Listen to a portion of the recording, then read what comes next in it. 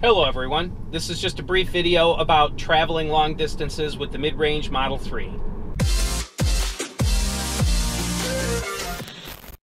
I've had a number of questions recently about my opinion of the mid-range Model 3 and will it be good for interstate travel, or do you really need the long-range car in order to get enough range to make it from supercharger to supercharger and make the trip worthwhile?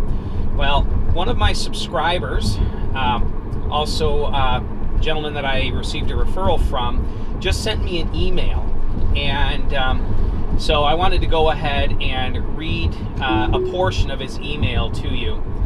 So he has three separate points about his experience with the car in this road trip. Point one, he says, just as you mentioned in yesterday's vlog, navigate on autopilot is awesome.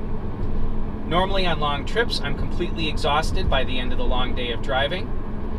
But when the car does so much of the work, it allows you to relax and enjoy the passing scenery. Wow, that was amazing. Which I'm in autopilot right now, so for those of you that are wondering. Item number two, frequency of superchargers is more than adequate to make this drive in the medium range version. Our lowest charge upon reaching one of the superchargers was 8%, and that was only because I didn't stop at two others that were in the middle of that route segment. Lastly, it's kind of a long point, but he mentions how Elon has tweeted that by 2019 they will be doubling the number of superchargers. And he mentions here, for instance, at our last stop in Oakdale, Minnesota, at the Hy-Vee, which, sidebar, I've been to that supercharger when my wife and I went up to Minnesota. 6 of the 8 stalls were occupied when they pulled in, and just shortly after they got there, another Model 3 pulled in and took up the very last of 8 stalls.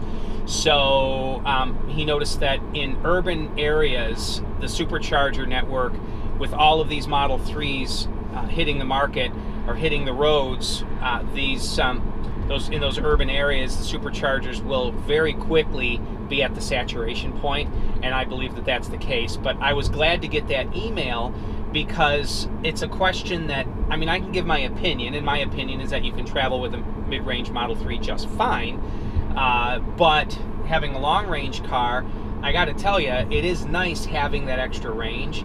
I myself have made it to a supercharger with like 3%, I think it was, 9 miles left of range, 3%, and which was disconcerting to say the least. Although admittedly, that was kind of like this gentleman, that was my own fault, if you want to call it a fault, in that I could have stopped at another supercharger, but I knew I could make it to that one, albeit just barely. And but yeah, I would say that a long-range car for interstate travel would be maybe preferable, but it looks to me like the mid-range cars would be just fine. So anyway, just a very brief video for today. Just thought you guys would get a kick out of seeing what the experience is of others that have the mid-range car, and maybe this will help answer some of those questions. So thanks, guys.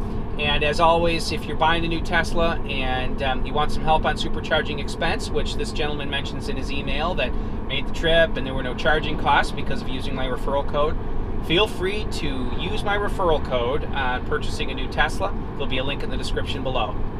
Thanks, everyone. Bye-bye now.